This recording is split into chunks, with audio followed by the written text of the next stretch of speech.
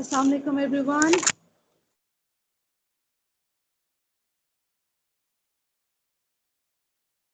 Hello.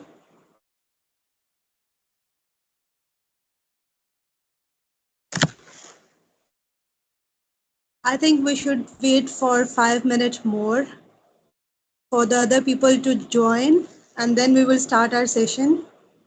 Am I audible?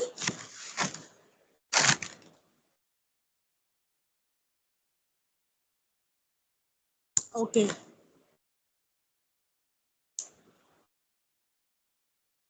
Okay. I think मुझे लगता है लोगों ने ज़्यादा ईद पे खा ली है तो अब वो गायब है, काफ़ी सारे लोग गायब हैं.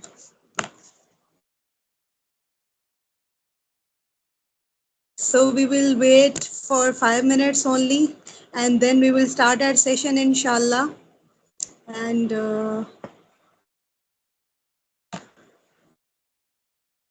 हाँ जी बिल्कुल 7:35 का देख लेते हैं आ जाएंगे. नमाज का भी टाइम है. जी जी बिल्कुल मुसलमान भी हैं सारे. It's okay. सो तब तक हम लोग कुछ बात कर लेते हैं about the previous session that we had on cell phone addiction and all that. Any one of you wants to share their views about the last session?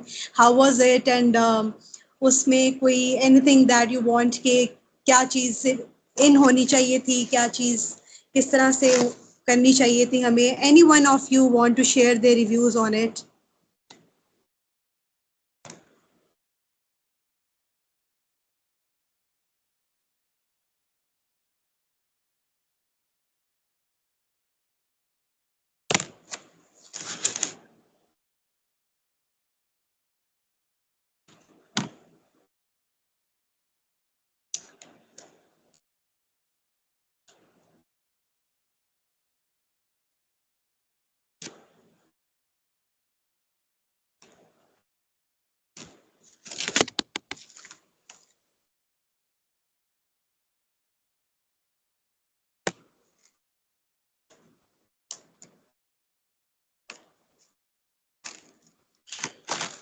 Five.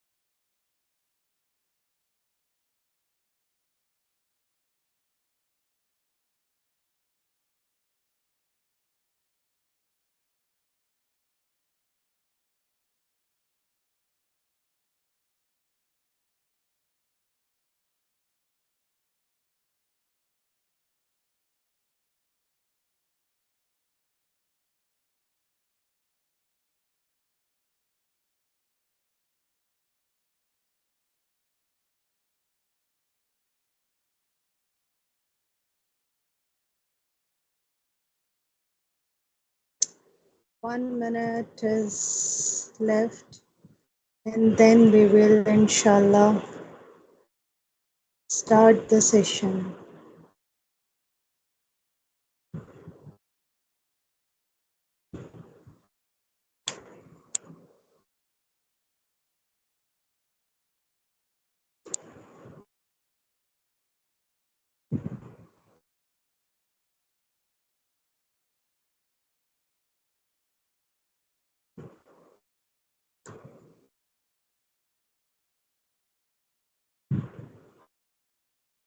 Okay, now it's 35.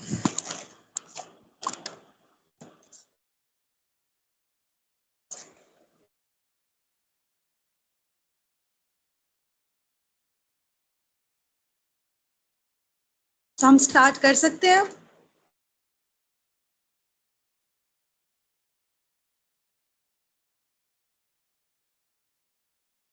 Yes, okay जी। So today's topic and I think introduction जो है, there are so many people जो already जानते हैं, मेरा introduction जानते हैं, सबको पता है। So without, क्योंकि already हमारा time काफ़ी निकल चुका है, तो without wasting our time हम लोग direct अपने session की तरफ जाते हैं। आज का जो सेशन है, it is very very very important session. It's about mental health in the work place. हम जहाँ पे भी काम करते हैं, चाहे हम कोई बिजनेस ऑनर हैं, चाहे हम एज ए एम्प्लॉय काम कर रहे हैं, चाहे हम एज अ टीचर काम कर रहे हैं, हम किसी की केयर गिवर हैं, whatever the work we are doing, उसके लिए हमारी मेंटल हेल्थ अच्छी होना कितना ज़्यादा ज़रूरी है।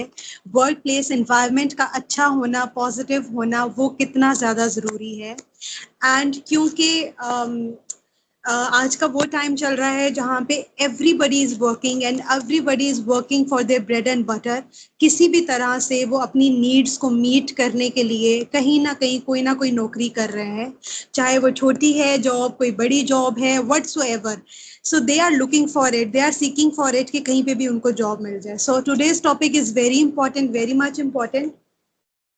एंड डेफिनेटली जितने लोग भी अभी यहाँ पे प्रेजेंट हैं, अगर कोई और नहीं भी है, so definitely they can convey to them कि भाई आप अपनी वर्क प्लेस को कितना पॉजिटिव बना सकते हो, कैसे बना सकते हो। Can be move towards the next slide please. So here is the video, a very little video, hardly of 1 minute or half, 1.5 minute. So have a look on the video. So हमें थोड़ा idea हो जाएगा कि toxic work environment जो होता है वो किस तरह से हमें इफेक्ट करता है।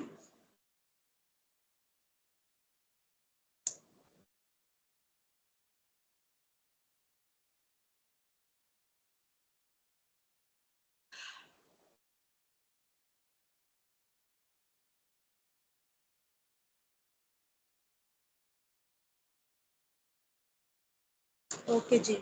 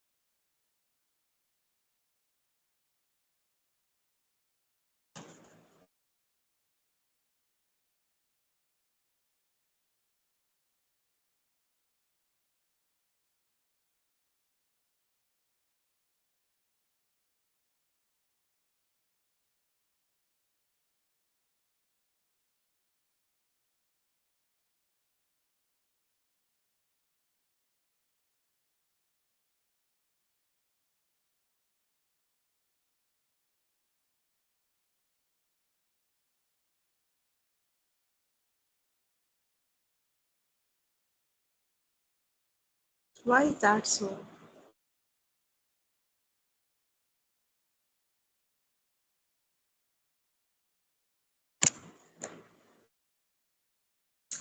Okay. So next slide, please. Can anyone tell me what this video shows? Because it was inaudible, कोई आवाज नहीं थी इसकी, but there are some elements जो वीडियो में शो हो रहे थे। एंड फ्रॉम द टाइम जैसे 90s के टाइम से लेके अब अप टू 2025 तक का जो टाइम है, उसमें कितने चेंजेस आए and how a person, a working person suffers with it. Can anyone tell me?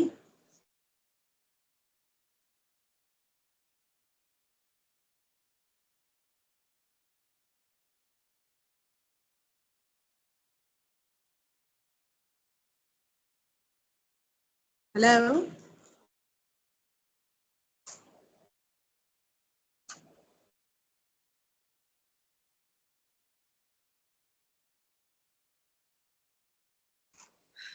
Okay, so the introduction of the session is mental health in workplace. Why mental health at workplace? इसमें overall आपका physical, आपके emotional and आपका जो psychological elements हैं वो आपके involve होते हैं एक employee के। जब आप एक किसी काम में, किसी भी इन्वायरमेंट में काम कर रहे होते हो, उसमें आपका फिजिकल, साइकोलॉजिकल, इमोशनल, ये सारे एलिमेंट्स जो हैं वो इन्वॉल्व होते हैं। अब इसमें क्या होता है कि ये सारी चीज़ें अगर आपकी ठीक नहीं होंगी, अगर आप एक किसी टॉक्सिक इन्वायरमेंट में काम कर रहे होंगे, तो डेफिनेटली एक इंडिविजुअल का परसेप्शन जो है वो चेंज होता है, उसका interaction with the other colleagues, with other को वर्कर्स, वो चेंज हो जाता है, ठीक है। और वो किसी भी डिमांडिंग या चैलेंजिंग सिचुएशन को कोप करने की जो उसकी एबिलिटी या कैपेबिलिटी है वो भी इफेक्ट होती है। हेल्दी वर्क प्लेस एनवायरनमेंट जो है उससे क्या होता है कि आपकी जो परफॉर्मेंस है, आपका कॉन्फिडेंस जो है, आपकी सेल्फ इस्टीम जो है, आपकी सपोर्टिव और आपका रिलेशनशिप विद द कोलीग्स जो है वो बहुत ज़्यादा मैटर करता है, और वो आपका इन्हांस होता रहता है, और आप अपनी ग्रूमिंग की तरफ भी ध्यान देते रहते हैं। आपका पर्सनली एंड प्रोफेशनली दोनों चीज़ें आपकी इंक्रीज होती रहती हैं, ठीक है। So can we move towards the next slide please. So there is a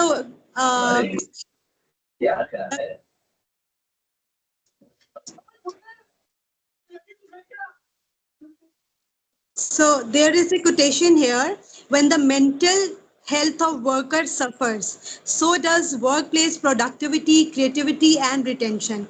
As we talked early, जैसे कि अगर आपकी mental health जो है आपकी वर्क प्लेस पर ठीक नहीं है, एक एम्प्लॉय की टॉक्सिक वर्क इन्वायरमेंट है, आपके कोलीग्स जो हैं वो आपके साथ कोऑपरेटिव नहीं है, आपके जो अथॉरिटेटिव फिगर्स हैं, जो आपके हेड है, प्रिंसिपल है, whatsoever wherever you are working, आपके जो बॉस हैं वो आपको टफ टाइम देते हैं, तो ऑटोमेटिकली आपकी प्रोडक्टिविटी आपकी इफेक्ट होती है, डैमेज होती है, आपकी क्रिएटिविटी डैमेज होती है, आपकी रिटेंशन डैमेज होती है, कि आप कोई नया काम लेने से पहले डिस्ट्रस्ट और मिसट्रस्ट की तरफ आप मूव करना शुरू कर देते हैं। So this is a very good quote कि अगर आपका वर्क प्लेस इन्वायरमेंट अच्छा नहीं है तो आपके relationship with the coworkers वो भी बहुत ज्यादा इफेक्ट हो जाते हैं। Can we move towards the next slide please. So it is very important to understand workplace stress. हम कहते हैं कि वर्क प्लेस स्ट्रेस क्या है, कि for example if I was working in a university as a teacher, तो मुझे ऐसा लगता था कि workplace stress, workplace का प्रॉब्लम ये है कि मुझे बहुत ज़्यादा क्लासेस दे दी हैं, मेरी क्लासेस बहुत गलत टाइम पे इन्होंने दे दी हैं, बट उस सारे टाइम में मैं भूल जाती थी कि बेसिकली एक्चुअली स्ट्रेस क्या है, मैं उसको आइडेंटिफाई करने में फेल हो जाती थी। सो हमने अंडरस्टैंड करना है कि वर्क प्लेस स्ट्रेस है क्या। सो कॉमन स्ट्रेसेस जो हमें फेस करने पड़ते हैं वो डेफिनेटली आपका वर्कलोड है, आपके डेडलाइंस हैं, इंटरपर्सनल कॉन्फ्लिक्ट्स हैं, लैक ऑटोनॉमी है। अब वर्कलोड किस तरह का है कि आप अगर एक टीचर हैं और आपको बहुत सारे टीचर जो एब्सेंट हैं या सब्स्टिट्यूशन है, आपको उनको भी काम करना पड़ रहा है, so that is a workload. आपके पास टाइम स्पैम बहुत ज़्यादा कम है, आपको डेडलाइंस दी गई हैं, विद इन दिस टाइम आपने अपना रिजल्ट सबमिट करवाना ही करवाना है, no matter what you are going through, no matter what state of mind you are in, right? आपके इंटरपर्सनल कॉन्फ्लिक्ट्स बहुत ज़्यादा इफेक्ट हो रहे हैं। वो किस लिए इफेक्ट हो रहे हैं? क्योंकि आपके पास डेडलाइंस है, आपके पास वर्कलोड है, you don't have time for your self, you don't have time for your mental health, so automatically आप अपने कोलीग्स के साथ भी नेगेटिवली बिहेव करेंगे। दूसरा, लैक ऑफ ऑटोनॉमी। जब हमें एक डिसीजन, लिमिटेड डिसीजन पावर दी जाती है, डिसीजन मेकिंग पावर लिमिटेड दी जाती है, हमारे ऊपर एक कंट्रोल ऐसा बंदा बिठा दिया जाता है जो हमारे काम को कंट्रोल कर रहा होता है, हमें पूरी अपनी एफर्ट के साथ, एबिलिटीज और कैपेबिलिटीज के साथ ओपनली हमें काम करने नहीं दिया जा रहा होता। This is basically called work place stress. ये वो चीज़ें हैं जो हमें आइडेंटिफाई करनी होती हैं कि किस वजह से मैं अच्छे से परफॉर्म नहीं कर पा रही एज एन एम्प्लॉय। अब इन सारी चीज़ों में आपकी फिजियोलॉजिकल हेल्थ जो है वो इफेक्ट होगी। किस तरह से? बॉडी एक्स एंड पेन्स होंगे, यू फील सो टायर्ड, आपको ऐसा लगेगा कि मेरी बॉडी में क्रैम्प्स हैं, मेरी बॉडी स्ट्रेस्ड है, मेरी बॉडी बहुत ज़्यादा रिजिड हो रही है। साइकोलॉजिकली कैसे होगा कि आपको गुस्सा आना शुरू हो जाएगा, आप बर्न आउट होना शुरू हो जाओगे, आप इरिटेट होना स्टार्ट हो जाओगे, आप चीज़ों को भूलना शुरू कर दोगे, आप प्रोक्रास्टिनेशन की तरफ चलना शुरू कर जाओगे कि ओके फाइन, अभी नहीं तो बाद में कर लूंगा, अभी नहीं तो मैं बाद में काम कर लूंगा, राइट? ओके, सो ये सारी चीजें जो हैं ये आपको क्रॉनिक स्ट्रेस की तरफ लेके जाती है. Now there is a word burnout. ठीक है, ये बर्नआउट जो है ना, ये आजकल अगर मैं कहूँ कि being a therapist, being in the field of psychology, burnout का शिकार हम सारे ही हो रहे हैं. बर्नआउट है क्या? बर्नआउट बेसिकली आपके इमोशनल, फिजिकल और मेंटल एग्जॉशन है, जो किस रिजल्ट में आपके सामने आता है? जो एक प्रोलॉन्ग स्ट्रेस के रिजल्ट में आपके सामने आता है. जब हम किसी भी स्ट्रेस को, किसी भी टेंशन को या किसी भी चीज को अवॉइड करना स्टार्ट करते हैं और अपने सबकॉन्शियस माइंड में इकट्ठा करते जाते हैं, so there comes a time जब वहाँ पे आप बिल्कुल ही बर्स्ट हो जाते हो, आपका एक एंगर आउटबर्स्ट आ जाता है. So we have to identify the burnout symptoms and science, और उसके कॉन्सिक्वेंसेस क्या हो सकते हैं. So we have to work on it. Can we move to the next slide please? I think मैं देख रही हूँ कि चैट में there are so many questions people are asking.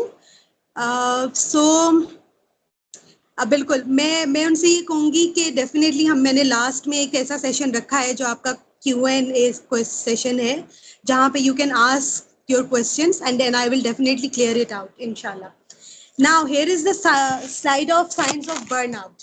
Burnout को मैंने इसलिए ज़्यादा यहाँ पे हाईलाइट कर रही हूँ बिकॉज हमें समटाइम्स आइडिया नहीं होता कि जो हमारे साथ सिम्टम्स हो रहे हैं, जो हम फिजिकली एंड साइकोलॉजिकली जिन चीज़ों के साथ गुजर रहे हैं, बेसिकली वो क्या है, वो सिम्टम्स क्या है. बर्नआउट आपकी 3 चीज़ों को इफेक्ट करेगा: आपकी मेंटल हेल्थ को, आपकी फिजिकल हेल्थ को और आपकी इमोशनल हेल्थ को. मेंटल हेल्थ को कैसे करेगा कि आपका जो इंटरेस्ट और मोटिवेशन है वो कम हो जाएगी, आप चीज़ों को भूलना शुरू हो जाएंगे, आप में होपलेसनेस का एलिमेंट आना शुरू हो जाएगा. आपकी जो प्रोक्रेस्टिनेशन है, as I told you before, कि आप चीज़ों को डिले करना स्टार्ट कर जाते हो, ये आपके मेंटल साइंस हैं बर्नआउट के. Now comes towards the physical symptoms. आप इनकंसिस्टेंट स्लीप हैबिट्स जो हैं आपके, वो रहना शुरू हो जाएंगे. जैसे आप टायर्ड फील करते हो, आपको यॉर्निंग बहुत ज़्यादा होती है एंड यू फील के आई am not feeling of doing something. आपको एग्जॉशन बहुत ज़्यादा हो जाती है, आप बहुत ज़्यादा एग्जॉस्ट हो जाते हैं, आपको कोई कम भी काम होता है तो आपको वो बर्डन लगना स्टार्ट हो जाता है, राइट? आपके एपेटाइट में चेंज आना शुरू हो जाता है एंड सेम आपकी स्लीप पैटर्न्स भी चेंज होना शुरू हो जाते हैं. एंड फ्रीक्वेंटली यू फील कि आपको हेल्थ इश्यूज आ रहे हैं, मुझे स्टमक के प्रॉब्लम आ रहे हैं, मुझे जिस्म में दर्द बहुत ज़्यादा होता है, मेरे पट्टे खिंचे हुए रहते हैं, मेरे हाथ सुन्न हो जाते हैं, मेरे सर में मुझे दर्द रहता है. तो इस तरह के फिजिकल सिम्टम्स आप आप उसकी शिकायत करने स्टार्ट हो जाते हो, बट हमें कोर रीजन पता नहीं होता है. Now if I comes towards emotional में डेफिनेटली आपके एंजाइटी और डिप्रेशन है. नाउ हियर इज समथिंग कि जब हमें डिफरेंशिएट नहीं कर पाते कि एंजाइटी क्या और डिप्रेशन क्या है, ठीक है. I always ask my client, जब भी मेरे पास आते हैं तो वो कहते हैं कि जी हमें बड़ी एंजाइटी हो रही है. तो जब एंजाइटी होती है ना तो मैं ना बड़ा डिप्रेशन में चला जाता हूँ. So I was like what is this, जब एंजाइटी होती है तो आप डिप्रेशन में कैसे जा सकते हो? So these both are different things. Anxiety हमेशा हमें, एंजाइटी की निशानी ये है कि हमें टेंशन ये रहती है कि हमने ये काम कंप्लीट करना है, कैसे कंप्लीट करना है, कब होगा, कैसे होगा, और उसमें हमारे फिजिकल सिम्टम्स बहुत ज़्यादा इन्वॉल्व हो जाते हैं. डिप्रेशन ये होता है कि आपको होपलेसनेस रहना शुरू हो जाती है, आप अपनी डेली रूटीन, डेली फंक्शनिंग और अपनी लाइफ से, अपने रिलेशनशिप से पीछे होना शुरू हो जाते हो, आपको रोना बहुत आना शुरू हो जाता है. और अगर एंजाइटी और डिप्रेशन अनक्योरेबल है, इनको क्योर नहीं किया जा रहा, तो ये डेफिनेटली सिवियर साइकोलॉजिकल सिम्टम्स में कन्वर्ट भी हो सकते हैं. Now the next point is irritability और एंगर. इमोशंस, देखिए हमें ये समझने की ज़रूरत है कि ये जो हम चिड़चिड़े होते हैं और जो हमें गुस्सा आता है ना, बेसिकली ये हमारा इमोशनल रिएक्शन है, ठीक है. ये हमारे इमोशंस हैं. हम किसी को गाली दे के, किसी को फिजिकली हार्म करके या कोई चीज़ें फेंक के हम अपने उस इमोशन को एक्सप्रेस कर रहे होते हैं, ठीक है. Now the sorry what is this, psychosism at work, ठीक है. हम लोग क्या करते हैं कि हमारे इमोशंस हैं एंड समटाइम्स ये होता है कि हमारे जब कुलीग्स के साथ हम लोग बैठे हुए होते हैं and they are talking about something, तो हम लोग उसमें पार्टिसिपेट नहीं करते हैं और हमें रीज़न भी नहीं पता चल रहा होता why I am not participating in it. And उनकी जो पार्टिसिपेशन है, जो वो बात कर रहे होते हैं, वो हमें कहीं ना कहीं इरिटेट करना स्टार्ट कर देती है। ये सारी चीज़ें कलेक्टिवली जब आपके साथ हो सकती हैं तो आप क्रॉनिक स्ट्रेस की तरफ मूव कर रहे होते हो। वहाँ पे फिर आपके लिए एक क्वेश्चन मार्क है और वो चीज़ ये होती है कि now you need a help, right? So can we move towards the next slide please? Now fostering a healthy work environment. अब देखें, जब हम लोग बात करते हैं मेंटल हेल्थ के बारे में और अपनी वर्क प्लेस में मेंटल हेल्थ के बारे में, और अगर हमें कोई डेडलाइन दी गई है, हमें कोई चैलेंज दिया गया है और हमें कोई डिमांडिंग सिचुएशन में डाला गया है, and if you tell your authoritative figure या अपने बॉस को या अपने कोऑर्डिनेटर को या अपने सुपरवाइजर को आप कहते हैं कि आई am not feeling it today, कि मैं इस टास्क को आज कंप्लीट करूं, क्या मैं हाफ आज कर लूं, हाफ कल कर लूं? सो बहुत सारी जगहों पे ये है कि इस चीज़ को अंडरस्टैंड नहीं किया जाता, बिल्कुल भी अंडरस्टैंड नहीं किया जाता। एंड अनफॉर्चुनेटली हमें बहुत सारे ऐसे स्टेटमेंट सुनने को मिल जाते हैं कि अगर आपसे नहीं होता और अगर आपको लगता है कि आप नहीं ज़हनी तौर पे ठीक, तो आप घर पे क्यों नहीं बैठ रहे, right? So I don't know, बहुत सारी जगहों पे ऐसा होता है और बहुत सारी ऐसी जगह हैं जो अब मेंटल हेल्थ को बहुत ज़्यादा आगे प्रमोट भी कर रहे हैं।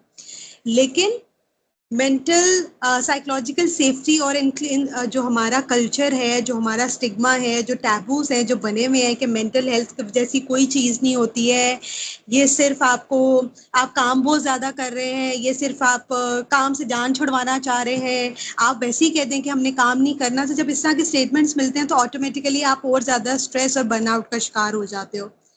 Transparent leadership and supportive management practices, ये बहुत ज़्यादा इंपॉर्टेंट है। जो हमारे कोऑर्डिनेटर्स हैं, जो हमारे सुपरवाइजर्स हैं, जो हमारे अथॉरिटेटिव फिगर्स हैं, सबसे पहले तो उनको मेंटल हेल्थ रिलेटेड वर्कशॉप्स उनके लिए कंडक्ट करवानी चाहिए कि उनके लिए अपनी और अपने एम्प्लॉयज़ जो उनके अंडर काम कर रहे हैं, उनकी मेंटल हेल्थ कितनी इंपॉर्टेंट होनी चाहिए है।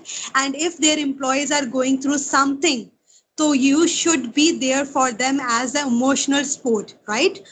दूसरा ये है कि आपका एग्रोनॉमिक्स जो है, एम्बिएंट एनवायरनमेंट है एंड वर्क प्लेस डिज़ाइन जो है, वो आपने किस तरह से रखे हुए हैं। फॉर एग्जांपल जैसे मैं कहूँ कि एक जगह है, स्कूल है और उसका एक ही स्टाफ रूम है, वहीं पे मेल भी बैठा हुआ है, वहीं पे फीमेल भी बैठा हुआ है, and there is no such thing जहाँ पे आप रिलैक्स कर सकते हो, जहाँ पे आप ओपनली बात कर सकते हो, जहाँ पे आप शेयरिंग कर सकते हो। So that is very important for an institute to give their employees a very comfortable environment so that they can do their work in a harmony and they can do their work in a very peaceful environment, right? So next slide please.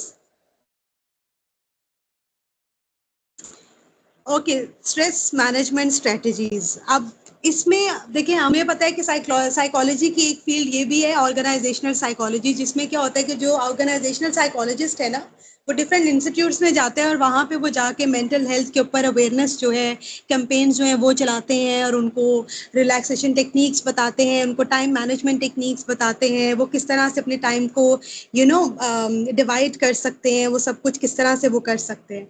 सो ये बहुत ज़्यादा important है। अगर मैं बात करूं about the एक previous मेरी स्लाइड थी जिसमें मैंने बात की थी अबाउट द कॉन्फ्लिक्ट, कॉन्फ्लिक्ट आपके एम्प्लॉयज़ के साथ आते हैं, वहाँ पे कॉन्फ्लिक्ट रेजोल्यूशन को हम लोग फोकस नहीं करते हैं।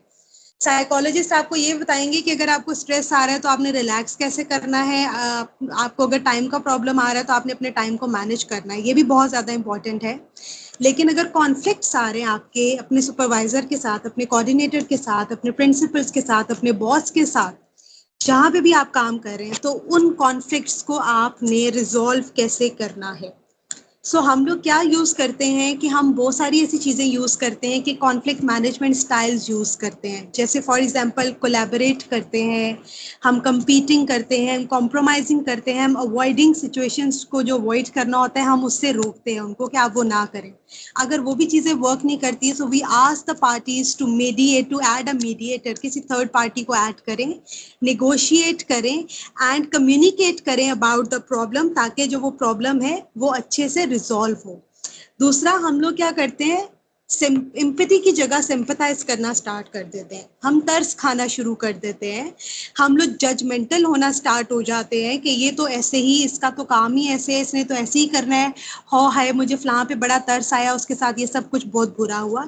It's not like that. हमें रिजिलियंस को प्रमोट करना है, हमें इमोशनल इंटेलिजेंस को प्रमोट करना है। रेजिलियंस मीन्स कि अगर आपको कोई प्रॉब्लम आया है तो अब आपने उस प्रॉब्लम से बाउंस बैक कैसे करना है। इमोशनल इंटेलिजेंस में क्या करना है कि आपने अपने इमोशंस को किस तरह अच्छे तरीके से रेगुलेट करना है, यूज करना है, यूटिलाइज करना है। Next slide please.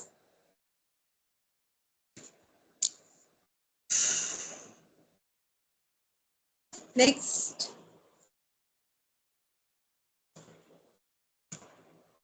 Okay, so here are some how to manage stress at work. आपने क्या करना है, learn what triggers workplace stress. जैसे हम कहते हैं ना, आइडेंटिफाई करें आप ट्रिगर्स, जो आपके वर्क प्लेस पे ट्रिगर्स हैं, जो स्ट्रेस ट्रिगर्स हैं, उनको आइडेंटिफाई करें। Create work life balance. देखो, इट इज़ वेरी इंपॉर्टेंट कि आप अपने प्रोफेशनल एंड पर्सनल लाइफ को बैलेंस लेकर चलें। अगर आप उसको बैलेंस नहीं करते हैं, सो आपकी प्रोफेशनल लाइफ भी इफेक्ट होगी, आपकी पर्सनल लाइफ भी इफेक्ट होगी, आपके रिलेशनशिप्स इफेक्ट होंगे, आपके relationship on the professional place वहाँ पे भी इफेक्ट होंगे।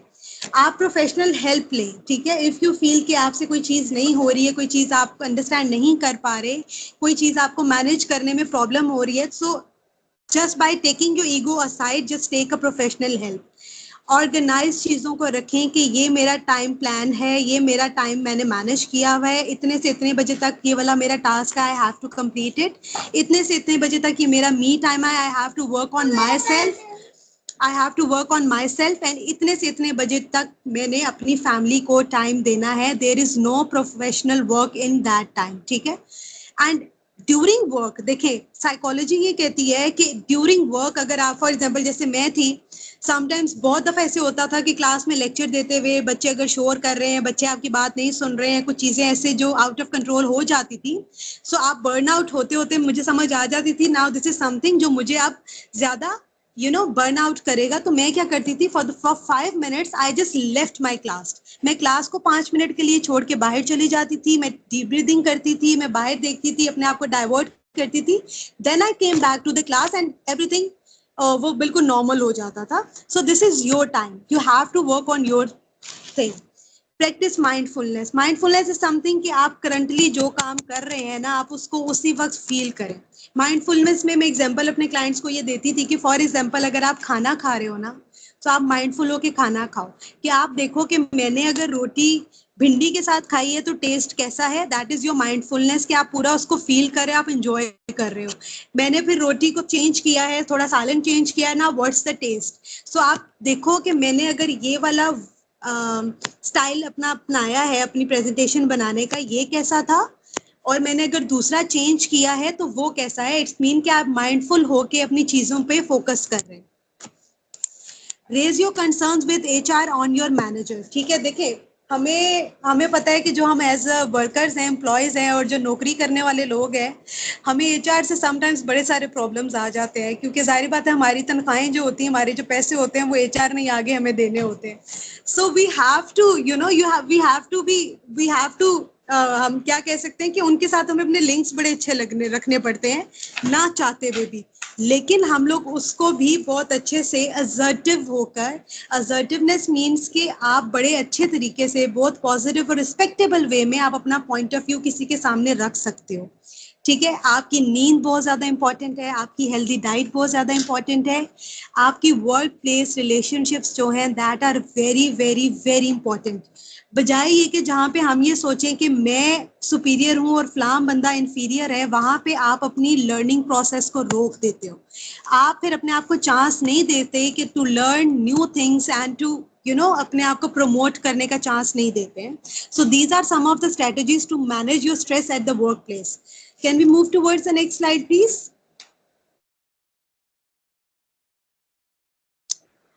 Okay, here is a work-life balance. This is very important. You can see the picture. देखें, आपकी जो वर्क लाइफ है वो यहाँ पे रहे और उसके साथ साथ जो आपकी पर्सनल लाइफ है वो भी बहुत हैप्पी है और आपकी जो वर्क लाइफ है वो भी हैप्पी है। जब आप इन दोनों कंपोनेंट्स को, अपना प्राइवेट और अपनी प्रोफेशनल जो लाइफ है, इन दोनों को आप बैलेंस करते हो, आप कहते हो कि ये मेरा काम है, इसको मैंने इतना टाइम दिया है, now this is my family, I have to give them a time too, तो वहाँ पे ऑटोमेटिकली चीज़ें बैलेंस होना स्टार्ट हो जाती हैं। So we have to create a balance between work and our personal life, ठीक है? आपकी फैमिली, आपकी अपनी हेल्थ एंड आपकी फ्रेंड्स, एंड इन सबसे भी पहले what is more important, it's you. यहाँ पे हमारे अनफॉर्चुनेटली हमारे यहाँ पे सोसाइटी में या लोग ये कहते हैं कि अपना ख्याल रखना एंड अपने आप को प्रायोरिटाइज करना, it's called selfishness. No, it's not called selfishness. Unless and until आप अपनी मेंटल हेल्थ को ठीक नहीं करेंगे, do you think you are able to do other work and you are able to look after the others? ऐसा नहीं हो सकता। आपकी अपनी नींद पूरी नहीं है, सो ऑटोमेटिकली आपकी प्रोफेशनल एंड पर्सनल लाइफ आपकी इफेक्ट हो जाएगी, आपकी फैमिली इफेक्ट होगी, आपके रिलेशनशिप इफेक्ट होंगे और ये वॉइस वर्सा चलता जाएगा। So you have to keep balance between that. आगे हम लोग इस चीज़ के बारे में भी बात करेंगे कि ये बैलेंस जो है हम किस तरह कर सकते हैं, हम टाइम मैनेजमेंट टेक्निक्स किस तरह से यूज कर सकते हैं, ये सारी चीज़ें हम लोग डिस्कस करेंगे। Can we move towards the next slide please? Now, here is the mental health policy and advocacy. Policy is something, जैसे अभी previously मैंने बात की कि हमारे institutes, organizations हैं, चाहे वो schools हैं, वो universities हैं, unfortunately मुझे बहुत ही it's really hurting कि जब मैं job when I was searching for a job, सो मैं ऐसे ऐसे स्कूल्स में गई जो इंटरनेशनल लेवल्स के स्कूल थे, and I asked them to hire me as a clinical psychologist, and they said कि हमारे बच्चों को तो ऐसा कोई मेंटल प्रॉब्लम नहीं होता। आई आस्क्ड व्हाई, उनको क्यों कोई ऐसा प्रॉब्लम नहीं होता? एंड दे सेड क्योंकि they are coming from a very rich families, इनको कोई पैसे की कमी नहीं है, they are living a very luxurious life and all that. And trust me, वही बच्चे, उनको नहीं पता how to regulate their emotions, how to compromise with the situations and with the circumstances, how to relate and cooperate with the others, how to interact with others, क्योंकि वो अपने ही एक zone में, अपने ही एक फेज में। ऑर्गेनाइजेशंस को ले लें, ऑर्गेनाइजेशंस ने अपना ही रूल्स बनाए हुए हैं, कोई एथिकल कंसिडरेशन, कोई एथिकल प्रोटोकॉल्स वो फॉलो नहीं करते हैं, उनके अपने ही एथिक्स हैं, उनके अपने ही रूल हैं, वो जैसे चाहे अपने एम्प्लॉयज़ को कर रहे हैं, लेके चल रहे हैं, पेमेंट मेथड क्या है व्हाटसोएवर। अगर आप वहाँ पे जाओ एज अ कॉर्पोरेट ट्रेनर कि जी हम चाह रहे हैं कि हम आपके एम्प्लॉयज़ को मेंटल हेल्थ के ऊपर अवेयरनेस दें, तो दे सेड कि नहीं, हमने बड़ा अच्छा इन्वायरमेंट दिया हुआ है अपने लोगों को, बड़े अच्छे वो खुशी खुशी यहाँ पे काम कर रहे हैं। So they are not agree, they are not willing to give them the awareness about the mental health. Stigma break करने की बड़ी जरूरत है यहाँ पे। स्टिग्मा एंड द टैबू के जी नहीं हो सकता, मेंटल हेल्थ नहीं हो सकता। हम आगे प्रेवलेंस की भी बात करेंगे जिसमें definitely I will cover the कि मेल और फीमेल में मेंटल हेल्थ को लेके और उनकी वर्क को लेके कितनी प्रेवलेंस जो है वो फेस की जाती है। Can we move towards our next slide please?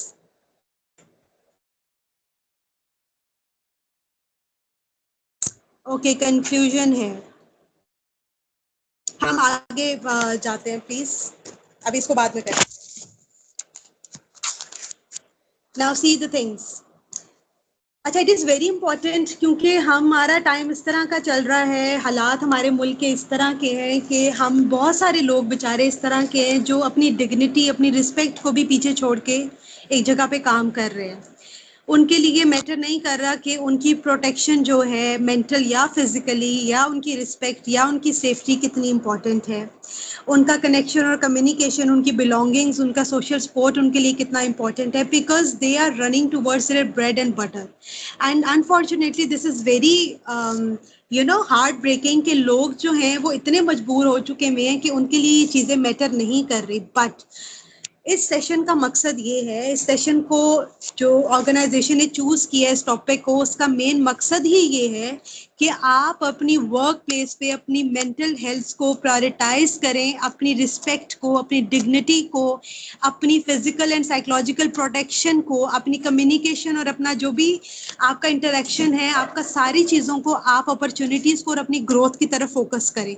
It doesn't mean कि आप अगर कहीं पे काम कर रहे हैं and they are not giving you respect, they are not looking for your dignity and they are, या आपकी वो कैपेबिलिटीज और एबिलिटीज को नीचे फेंकते जा रहे हैं, वो आपके कॉन्फिडेंस को जीरो करते जा रहे हैं और आप इतने मजबूर हैं कि आप वो काम नहीं, आप वो काम करना चाह रहे हैं। Trust me, with the time जैसे जैसे वो चीजें इकट्ठी होती आई जाएंगी, ऑटोमेटिकली आप बर्नआउट की उस स्टेज पे पहुंच जाएंगे जहां पे आपको पता भी नहीं चलेगा कि what's going on within yourself and what's going on around you. ठीक है, so can we move towards the next slide please.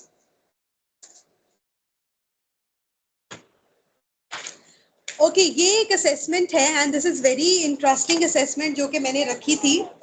ये जो स्टूडेंट्स हैं इसमें सारे जो अभी कहीं पे जॉब नहीं कर रहे हैं वो भी ये कर सकते हैं, एंड जो जॉब कर रहे हैं उनके लिए इम्पॉर्टेंट है। बट उससे पहले मैं एक प्रेवलेंस जो है वो मैं शेयर करना चाहूँगी कि हमें पता है कि जो मेल हैं वो लॉन्गर पेड आवर्स पे काम करते हैं, राइट? उनका वो जो काम करते हैं वो पेड आवर्स होते हैं।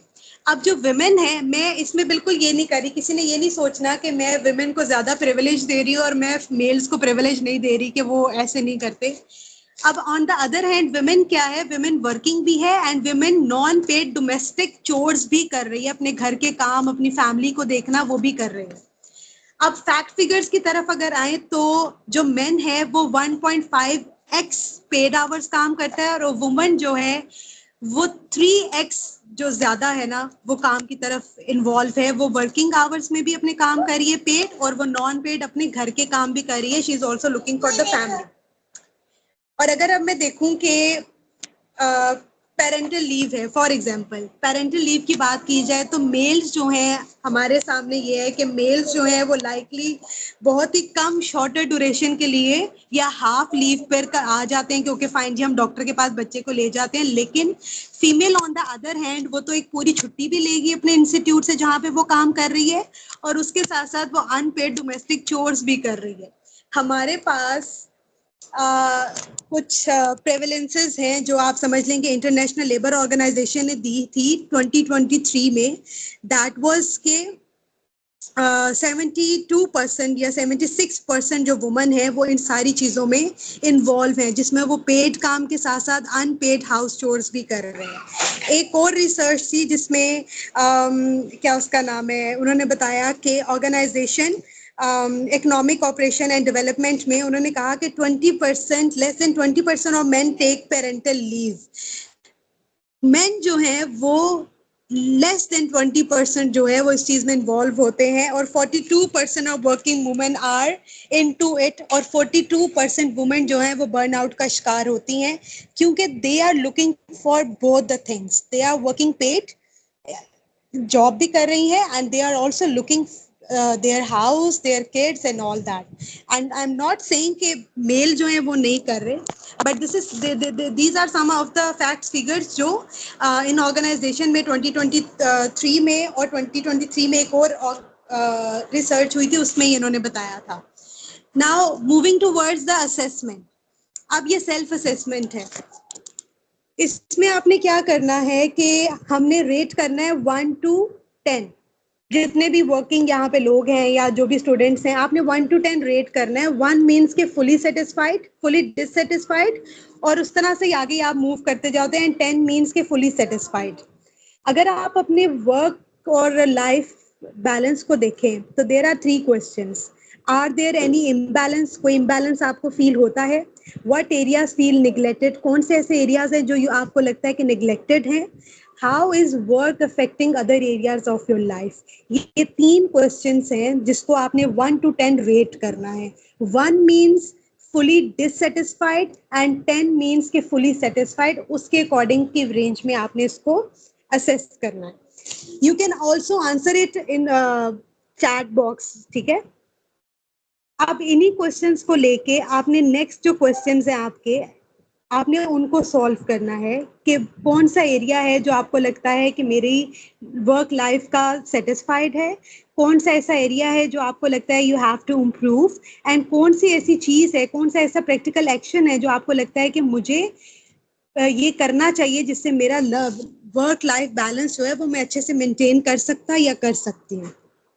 So this is the self assessment for you all. So you can answer it in the chat box.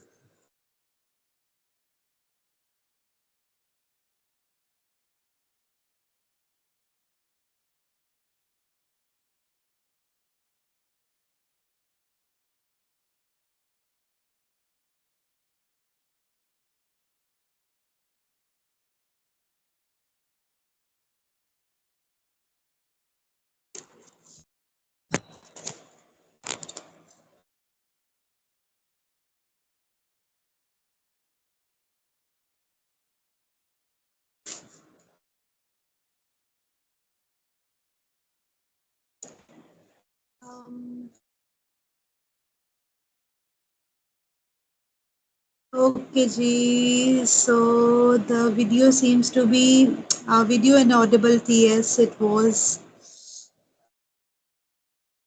Our mics are not working. Maybe. Oh. Okay. Anyone जिनको अगर assessment की समझ नहीं आई हो, they can ask me, and or they can.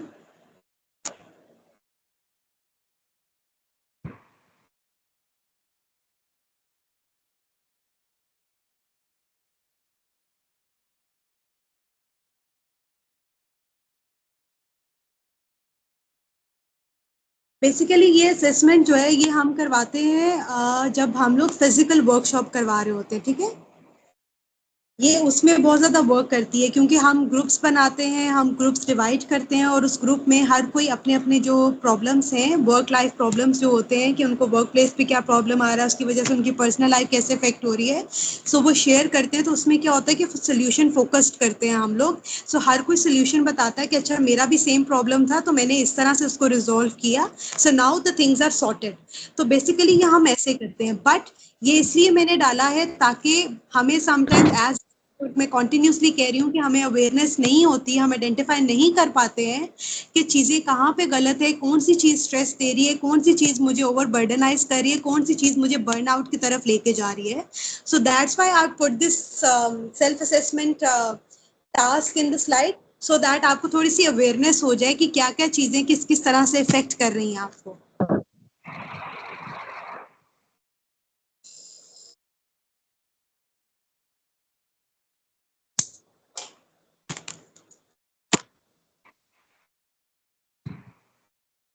And the next slide is definitely about the question answer session.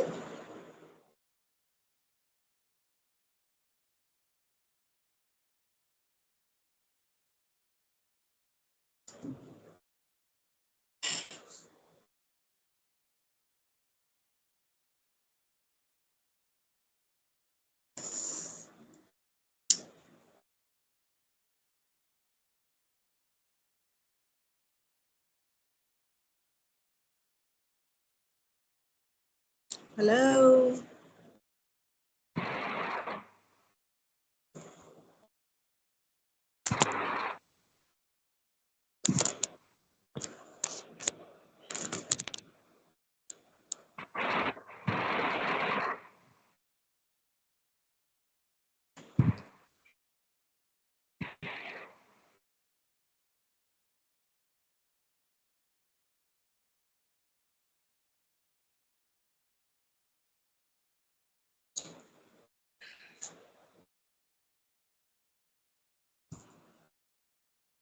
Okay, Ji. So, hey, ma'am, can you repeat? Uh,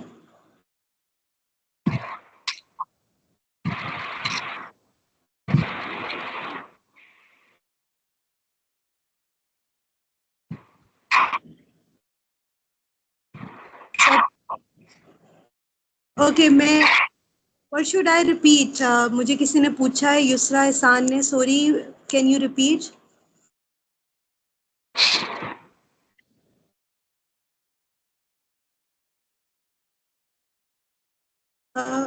बेटा what should I repeat, मतलब आप क्या कह रहे हो, मैं ये assessment को रिपीट करूं, मैं क्या रिपीट करूं? अच्छा, फजर का क्वेश्चन है, मैम क्या ऐसा हो सकता है कि अभी आप जॉब नहीं कर रहे फिर भी टेंशन हो कि जॉब पता नहीं कितनी टफ होगी? Okay, now this is your, आप कह सकते हैं कि एंजाइटी, परफॉर्मेंस एंजाइटी है before doing anything, and this is a normal thing, it's really it's totally normal. हाँ, अगर आप इसको कोप नहीं कर पा रहे हो, और अगर इस टेंशन, ये टेंशन देखिए, टेंशन और एंजाइटी में भी फर्क होता है, ठीक है? कि आपको भी ये टेंशन है कि अगर मुझे जॉब मिलती है तो पता नहीं मैं उस जॉब को उस तरह से कर पाऊंगी या नहीं कर पाऊंगी, that is your performance anxiety, and definitely होती है।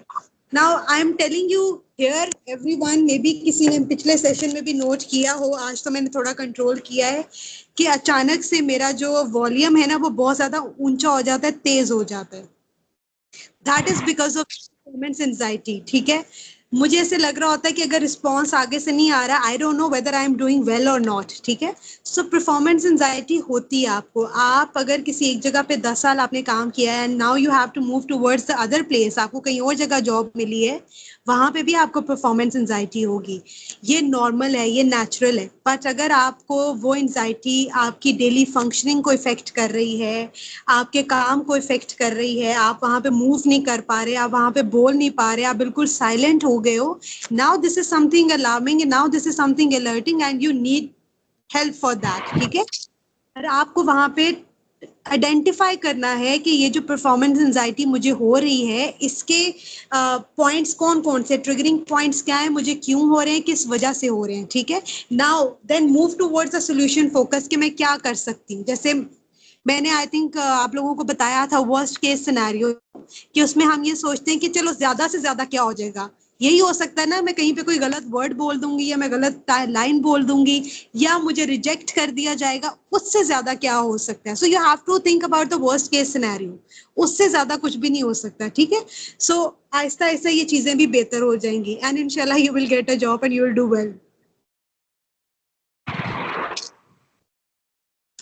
अच्छा जी, कभी कभी ऐसा होता है कि मैं बहुत कोशिश करती हूँ टाइम को मैनेज करने की, बट कुछ फैमिली इश्यूज की वजह से मैं नहीं कर सकते। If we are suffering with both anxiety, both,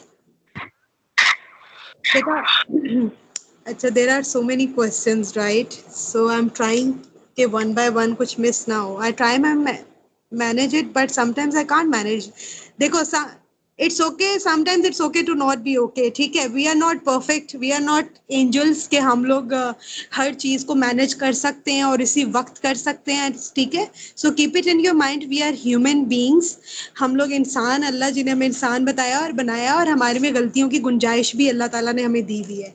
so sometimes if you feel कि मैं मैनेज नहीं कर पा रही टू सम एक्सटेंट, जितनी डिमांड है, ये जितना मुझे बताया गया है, सो फॉर एग्जाम्पल अगर 5 टास्क हैं और 5 टास्क में अगर आप 3 भी कर लेते हो या 2.5 भी कर लेते हो, so please do appreciate that, do appreciate your self कि at least you manage to do the 2.5 वाला टास्क आपने कर लिया, तो 2.5 वाला मैं बाद में कर लूंगी व्हेन आई फील बेटर, ठीक है? सो डोंट थिंक कि जी आई कांट मैनेज, मैं कर नहीं सकती या मैं कर नहीं सकता, because we are not angels, हम लोग इंसान हैं, हम थक भी जाते हैं, हम समटाइम एग्जॉस्ट भी हो जाते हैं, and as I tell you before कि जिस तरह का टाइम चल रहा है, इस टाइम में मैं थोड़ा सा, आई एम समवन, मैं इस तरह की साइकोलॉजी से ह्यूमर भी अपने उसमें रखती हूँ। सो जैसे इमरान खान ने कहा था कि सुकून एक ही जगह पर है, right? So we have to follow that, कि इस दुनिया में अगर सुकून हमें चाहिए है तो हमें समटाइम्स कुछ चीजों पे अग्री करना है, कॉम्प्रोमाइज करना है, कुछ चीजों को कर लेना है, और जो नहीं हो रही उनको हम लोग कुछ वक्त के लिए छोड़ दें और फिर बाद में कर लें। So I think it's the best solution. कभी कभी ऐसा होता है कि बहुत कोशिश करती हूँ टाइम पे को मैनेज करने की, बट कुछ फैमिली इश्यूज की वजह से मैं नहीं कर सकती। सी एज आई टोल्ड बिफोर के फैमिली इश्यूज हो जाए या कुछ भी हो जाए, ये टाइम वो चल रहा है जिसमें घर का हर फर्द जॉब कर रहा है, जिसमें घर का हर फर्द जॉब करेगा तो ही हम अपनी बेसिक नीड्स को मीट कर सकते हैं, ठीक है? हम अल्लाह माफ करे, हम कोई मलिक रियाज या मियां मंशा की फैमिलियों में से तो है नहीं है, बट फिर भी we have to work, right? लेकिन हमें वही तो बैलेंस करना है अपना और अपना फैमिली लाइफ दोनों मैनेज करने हैं। अब जैसे मैं घर में होती हूँ अभी फिलहाल मैं, क्योंकि वेकेशंस पे पाकिस्तान आई हुई हूँ, so what I have to do, I have to look after my mother. I have to look after my brother's kids, my niece and nephew, and they are continuously coming inside. मैं उनको बाबा मना कर रही हूँ मत आओ, but I have to manage it. मुझे इसी situations में manage करना है. But that doesn't mean कि मैं अब अपने आप को कहूँ कि I am a failure क्योंकि मैं ये चीज manage नहीं कर पाई, ठीक है? So you have to work on it. आपको जैसे हम कहते हैं ना, आपने अपना activity schedule बनाओ. एक्टिविटी स्केड्यूल से ये होता है कि आप कुछ अरसे के लिए उसको फॉलो करो, then you get used to it, और उसके बाद ऑटोमेटिकली आपकी चीजें अलाइंड और बैलेंस्ड होना स्टार्ट हो जाती हैं. आई डोंट थिंक कि मैनेज नहीं कर सकती, मुझसे नहीं हो पाएगा, ठीक है? यू जस्ट हैव टू सी कि ओके फाइन, अगर अभी नहीं हो रहा मैं देर बाद कर लूंगी.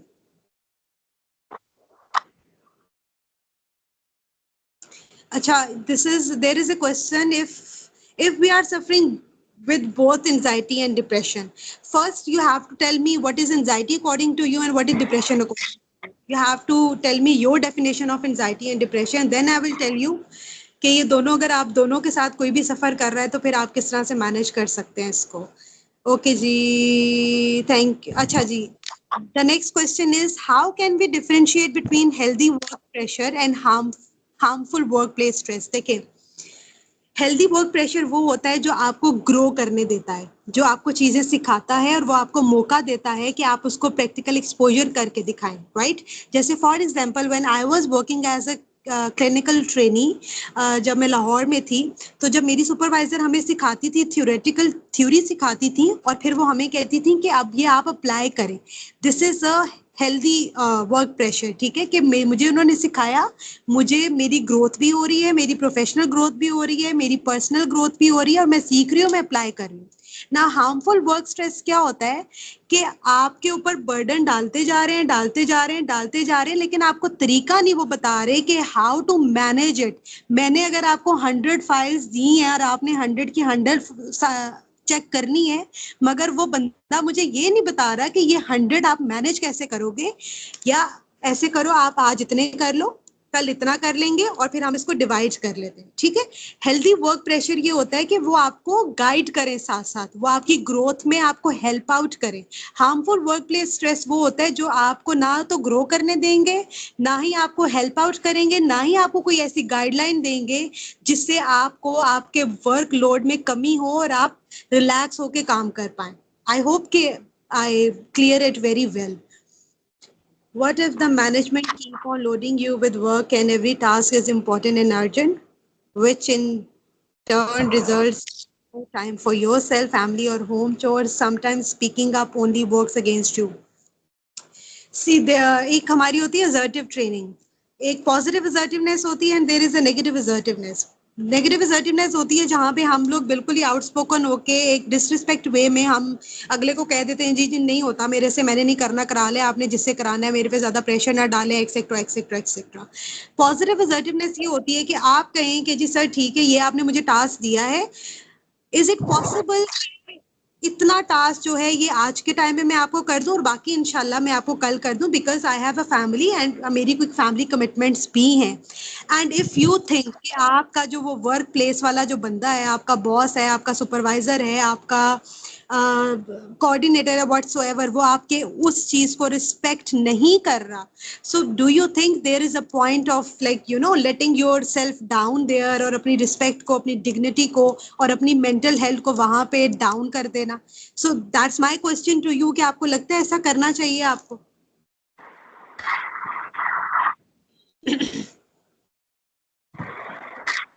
खामोशी इज नॉट खामोशी is not a solution, right? खामोशी इज समथिंग जहां पे आप खामोश हो जाते हैं and you are letting other person कि वो आपको किसी भी तरह से ट्रीट करे, किसी भी वे में ट्रीट करे, वो आपको जैसे मर्जी ट्रीट कर दे, जो काम आपका नहीं भी है आपको वो भी दे दे. जी, beautifully explain. It's so important to recognize the fine line between motivation and banner. Yes, अगर ऐसा भी होता है कि कोई बस चुप करके सुने बस हमें, बिल्कुल ऐसा होता है कि somebody listens to you what you are going through without judgment, ठीक है, विदाउट जजमेंट आपको वो सुने। समटाइम्स हमारे वर्क प्लेस पे ऐसे भी लोग होते हैं, वो आपकी जो आप चीज़ें अपनी इमोशनली एक्सप्लेन कर रहे होते हैं ना, जो आप कैथार्सिस कर रहे होते हैं कि यार मुझे ऐसा फील होता है, समटाइम्स वो लोग आपकी वीकनेस समझ के आपके अगेंस्ट भी यूज करना शुरू कर देते हैं उसको, ठीक है। सो बी केयरफुल विद दैट। ये जो स्कैम हमारे वर्क प्लेस पे लोग ऐसे मौजूद हैं जो आपकी लेग पुलिंग करेंगे, आपकी इस इमोशनल कैथार्सिस को आपकी वीकनेस समझकर आपके अगेंस्ट यूज करेंगे। So you have to be careful about that, ठीक है। जी जी जी। सलवा ने क्वेश्चन पूछना है या फजर ने क्वेश्चन पूछना है?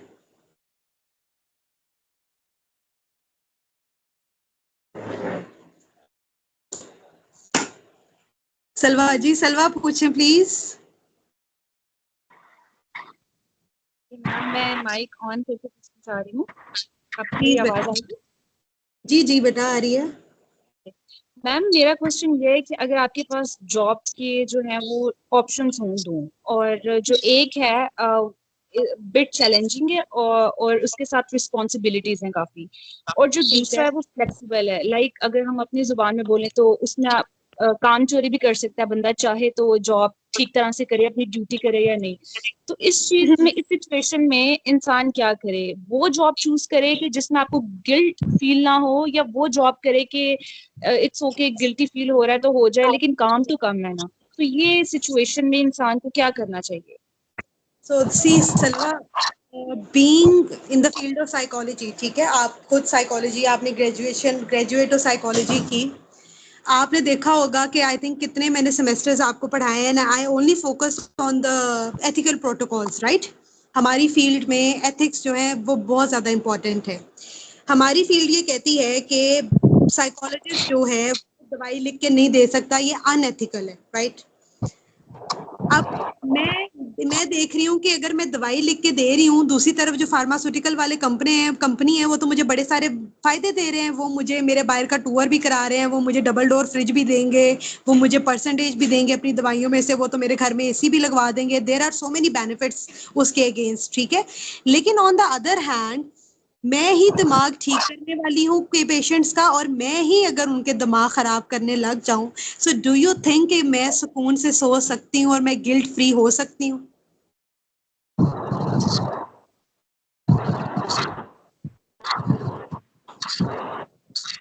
Not possible.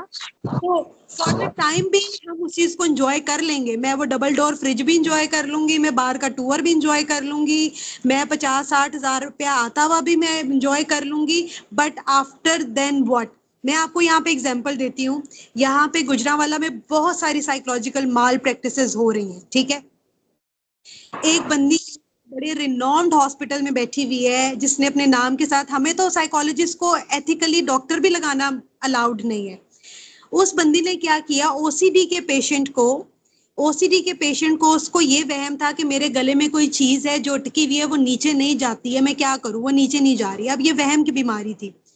उसने क्या किया, उसने उसको कहा कि तुम फलां हॉस्पिटल में जाओ, फलां डॉक्टर को मेरा रेफरेंस दो, वो तुम्हारी छोटी सी सर्जरी करेगा, कट लगाएगा और वो गले में से वो चीज निकाल देगा बाहर।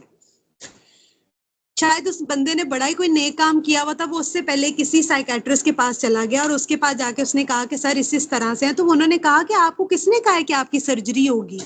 अब वो जिस बंदी ने उसको वहां पे भेजा, बेसिकली उसका शेयर था उस हॉस्पिटल में उस सर्जन के साथ, जो उसको शेयर मिलना था, उसने जो उसको रेफर किया। द थिंग इज कि तुम उसके गले को कट लगवा देती, उसके गले में कोई जब टांके लगते तो वो तो जो पानी पी रहा था वो पानी भी ना पी पाता। तो क्या नींद आनी थी? क्या आपकी लाइफ गिल्ट फ्री रहनी थी? इस तरह से नहीं होता। So you have to follow the ethics, ठीक है। जहां पे यू फील कि यहाँ पे मुझसे अनएथिकल काम कराया जा रहा है, जो कि मेरा, आप क्या कह सकते हो, आपका जमीर या आपकी वो चीज आपको अलाउ नहीं करती, so don't go for that.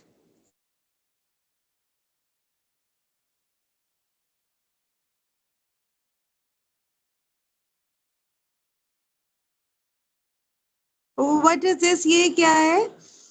इसके लिए मैं एक काम करती हूँ कि अल्लाह से बातें करती। देखो बेटा, अल्लाह से बातें करना इट्स वेरी नाइस, इट्स ये बहुत अच्छी बात है। देखो अल्लाह के बगैर तो हम लोग कुछ भी नहीं है, ठीक है, लेकिन अल्लाह ने वसीले भी बनाए हुए हैं, ठीक है। एंड इफ यू फील कि if you are suffering from something, आप अपनी जॉब से तंग आके आप बर्न आउट हो रहे हो, आप स्ट्रेस्ड हो रहे हो, आपके रिलेशनशिप्स अफेक्ट हो रहे हैं, आप नौकरी छोड़ने के वर्ज पे आए हुए हो, आप नहीं वहां पे खुश हो, so then please seek for health. इसमें कोई बुरी बात नहीं है कि आप साइकेट्रिस्ट या साइकोलॉजिस्ट के पास ना जाओ और आप उनसे हेल्प ना लो। वो आपको चीजें मैनेज करना सिखाएंगे, चीजें मैनेज करना बताएंगे।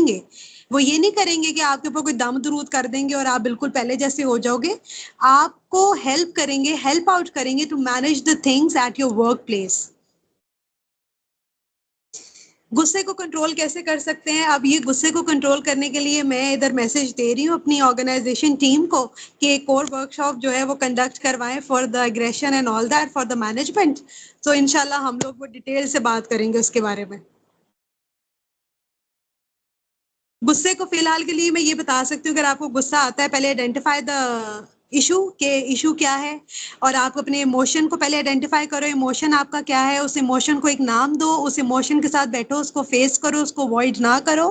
And then do the diversion technique, जैसे का बैकवर्ड काउंटिंग है, कॉइन असेसिंग है, पोजीशन चेंज करना होता है, ठंडा पानी पी लो, खड़े हो तो बैठ जाओ, बैठे हो तो खड़े हो जाओ। So there are so many diversion techniques that you can do. But first you have to identify your emotion and name your emotion and face it.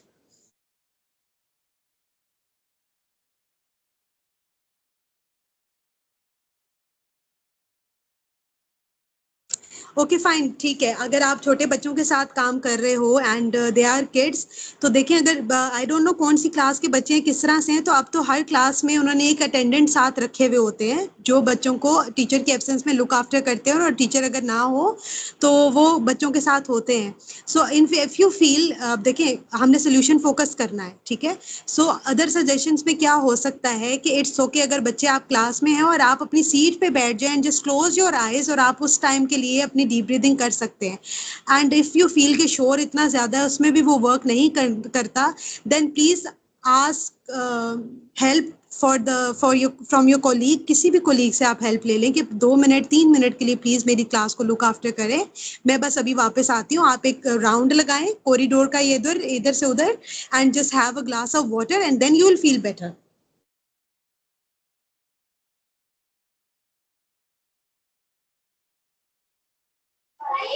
अस्सलाम मैम, एक क्वेश्चन था छोटा सा। जी जी। मैं ना मैरिड हूँ, ठीक है, और मैं शुरू से शादी से पहले ना स्कूल में पढ़ाया करती थी। मैं 45 प्लस 44 हो गई है, जो हो गई है 43 हो। अच्छा, मैं ना ओके कुछ ऐसा हुआ कि मेरे शादी के बाद मैंने जॉब नहीं की। शादी के बाद मेरे ना घर पे जिम्मेदारियां थी, तो मेरा ये कि मैं ना जॉब करूं।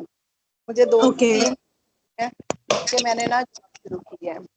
तो मैं हाँ ना पढ़ा, मेरा मेथड जो है वो हमारे जमाने में था कि बच्चों को लर्न करवाना है, लफ्जों की जी पहचान है, ये जी। चीजें थी। अच्छा, बेसिक पे हम यही काम करते थे कि बच्चों को पहचान होनी चाहिए, रीडिंग चाहिए, और बच्चों को लिखना आना चाहिए, जोड़ करके छोटे लेवल पे और बड़े लेवल पे बच्चों को थोड़ा थोड़ा सेल्फ राइटिंग आनी चाहिए। जी जी। इतना तो अपने स्कूल में जाती हूँ, अपनी क्लास में वर्क करती हूँ, तो मैं सारा इस चीज पे फोकस करती हूँ। लेकिन मैं शायद अब मेरा माइंड भी उस तरह का, मुझसे ना एक्टिविटीज नहीं हो पाती, जी और जी। स्कूल डिमांड के एक्टिविटीज के साथ बच्चों को करवाया जाए। जी जी। तो अब मैं मोबाइल सर्च करते हुए, मैं मोबाइल का भी उस तरह का यूज नहीं कर पाती जिस तरह का आजकल लड़कियां करती हैं या जिस तरह करती हैं। मैं उस तरह का जी यूज नहीं कर पाती, बेटे से हेल्प लेती हूँ। जी। 8 क्लास में बेटा पढ़ता है, तो मैं जी उससे हेल्प लेती हूँ मोबाइल यूज करने में, काफी ठीक हद है। तक आती हूँ। लेकिन मेरे से ना वो एक्टिविटीज वाला काम नहीं हो पाता, जिसकी वजह से मैं ना अपने, वैसे मैं अपने आप को मैं मेंटली तौर पे इतना सेटिस्फाइड होती हूँ कि मैं जो बच्चों को देने गई थी या जो सिखाने गई थी वो मैंने सिखाया है, जी। लेकिन मैं एक्टिविटी करवा पाती। और इस चीज का दिमाग में ना प्रेशर रहता है कि मैं किस तरह से वो काम कर पाऊँ, इसकी कोई सोल्यूशन है।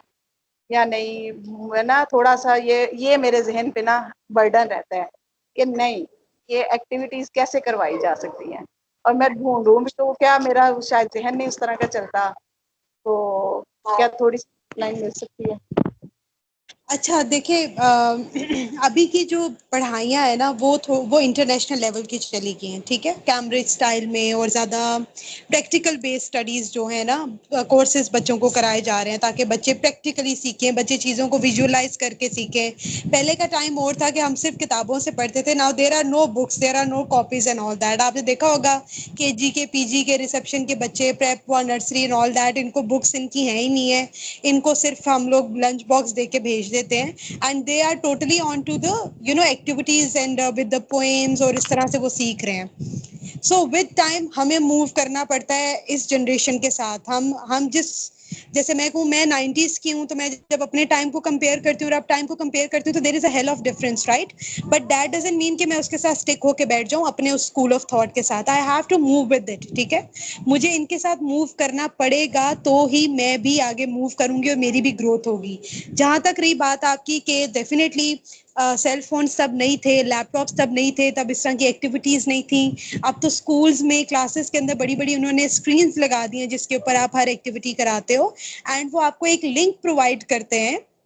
जैसे मैं ओमान में पढ़ाती हूँ, तो ओमान में उन्होंने हमें एक लिंक प्रोवाइड किया हुआ है, जिसको आप लिंक को क्लिक करते हो, उसके ऊपर आप कोई भी सब्जेक्ट मेंशन करो, आपने जो भी कराना है, तो वो एमसीक्यूज की फॉर्म में या मैच द कॉलम की फॉर्म में डायरेक्ट आपके सामने आ जाता है, आपको कुछ करना ही नहीं पड़ता। सो आई थिंक ये स्कूल को अपने आप को, अपनी इन टेक्नोलॉजीज को इतना एडवांसमेंट की तरफ लेके जाना चाहिए कि जो इस तरह की टीचर्स हैं, या तो इनके लिए कोर्सेज को ही रखें, ताकि जो ओल्ड स्कूल ऑफ थॉट की टीचर्स हैं, थॉट कह रही हूँ, जो ओल्ड स्कूल टीचर हैं जिन्होंने ये चीजें नहीं की हुई, उनको हेल्प आउट हो जाए। क्योंकि अगर आप कोलीग से भी हेल्प लेते हो तो डेफिनेटली वो कहेंगे, हाँ है, तुम इतनी देर से पढ़ा रही हो, तुम्हें अभी तक यही नहीं आया करवाना कि तुमने एक्टिविटी कैसे करानी है। सो ये वाली जजमेंट से बचने के लिए it's very important for the school management कि वो छोटी छोटी वर्कशॉप्स अपनी टीचर्स के लिए करवाएं, जिसमें उनको बेसिक टेक्नोलॉजीज की जो चीजें हैं ना, एक्टिविटीज की, वो उनको सिखाएं वहां पर।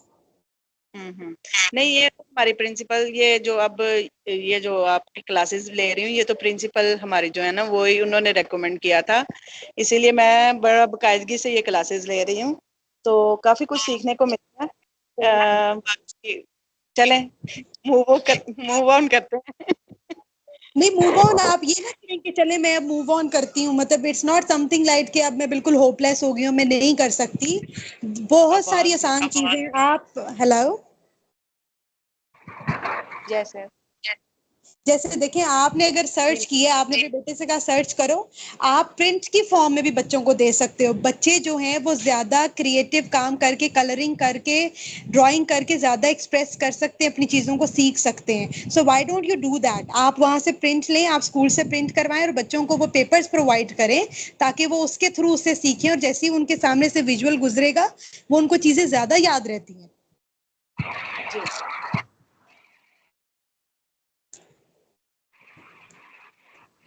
So, how is work affecting others' area of life? It would be great if I could get a decent job based on the degree, but that really happens. The job I have a bit tough, but it's still manageable. In the beginning, everything feels hard. Focus, get better, positive. I enjoy working within a system, following its rules, and even creating new system. However, what does affect my personal life, especially when it comes to meeting friends? I hardly get any time for that. Neglected when appreciation is missing. Okay, पहले तो मैं ये जो है, I think engineer Mohammad Atif, I think if I'm not wrong, unfortunately ये वाकई ऐसा होता है कि जो हमारी एक्सपर्टीज होती हैं, जो हमारी कमांड होती है, जिस चीज़ में हम एक्सपर्ट होते हैं, जो हमारी डिग्री होती है, अनफॉर्चुनेटली हमें उसमें जॉब नहीं मिलती। And but luckily you are, मतलब मैं कह रही हूँ कि यू आर लकी कि अगर आपको ऐसी जगह मिल गई है जहाँ पे पॉजिटिव इन्वायरमेंट भी है, आपके स्किल्स भी इम्प्रूव हो रहे हैं, सब कुछ हो रहा है, एंड इट्स समथिंग कि आप काम की वजह से अपनी फैमिली या फ्रेंड्स को टाइम नहीं दे पा रहे। देखें, ये सारा कुछ हमने खुद मैनेज करना होता है। आप काम को भी तो अपना टाइम दे रहे हैं ना, एक्स्ट्रा टाइम दे रहे हैं ना, एक्स्ट्रा आवर्स देते हैं, एक्स्ट्रा वो क्या कहते हैं कि एक्स्ट्रा आवर्स हम दे रहे हैं to get extra pay and all that. Why don't we find a time for the family and the friends? कितने एक्स्ट्रा आवर्स दे के हमने कितने हजार या कितना को हमने अर्न कर लेना है, ठीक है। उस अर्निंग में आप देखें कि हम क्या क्या चीजें निग्लेक्ट कर रहे हैं, कौन कौन सी चीजें हमारी इफेक्ट होती जा रही हैं, हम किन किन चीजों से पीछे जाते जा रहे हैं। इट्स वेरी गुड कि okay fine that you are working to earn your bread and butter for your family and to meet the needs of your family, but जिस फैमिली के लिए कर रहे हैं आप ये सारा कुछ, जब उसी को आपका टाइम नहीं मिल रहा, then what is the purpose of doing the extra work, and then what is the purpose of earning the money, right? So इन चीजों को you have to work on it. You आप schedule set करें, okay fine मैं ये दिन रखता हूँ, इस दिन मैंने कोई एक्स्ट्रा काम नहीं करना, इस दिन मैंने सिर्फ और सिर्फ अपनी फैमिली को टाइम देना है, दैट्स इट। और अगर मैंने घर पे भी रहना है, कोई कॉल भी सुननी है, सो हम लोग इन चीजों को मैनेज कर सकते हैं, we can manage all the things. लेकिन ये इम्पॉसिबल नहीं है, ये पॉसिबल है, ये जिस सिर्फ आपको मैनेज करना पड़ेगा, इट्स नॉट पॉसिबल। क्योंकि मैं इसलिए कह रही हूँ कि अगर आप काम पे ध्यान दे रहे हैं ताकि हम सोसाइटी के जो प्रेशर्स हैं उनको मीट कर सके, दोस्तों में जाके बैठ सकें, एक आपका हमारी एक रेपुटेशन होती है, हम फैमिली के लिए ये सब कुछ कर रहे हैं, देन अगर वही लोग आपके साथ नहीं, आप उन्हीं को नहीं मिल पा रहे, उन्हीं के साथ नहीं बैठ पा रहे, उन्हीं से बात नहीं कर पा रहे, आप एग्जॉस्ट होके वापस आ रहे हैं, then what is the purpose of doing इस तरह से जॉब या इस तरह से अर्निंग या extra work and all that. So you have to think about it.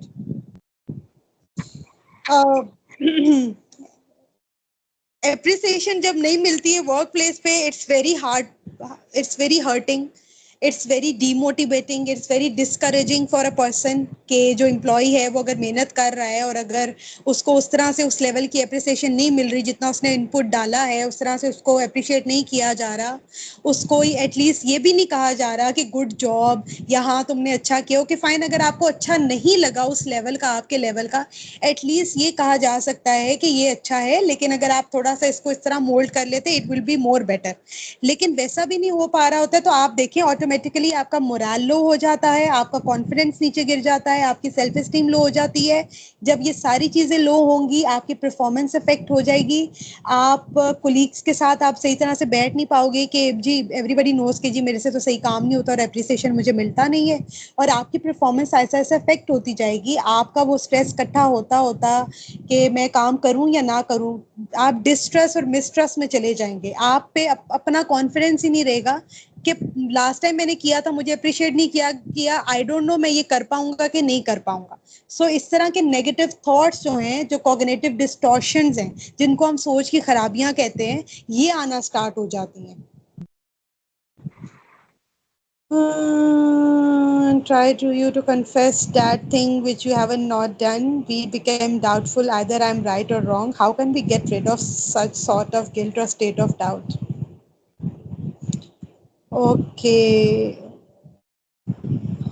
Say now this is something sensitive and serious कि आपको कोई किसी ऐसी सिचुएशन में, किसी ऐसी सर्कमस्टांसेस में डाल देता है जो आपने किया नहीं है, and as I told you कि assertive training is very important. Positive assertiveness for every person, for everyone, it's very important.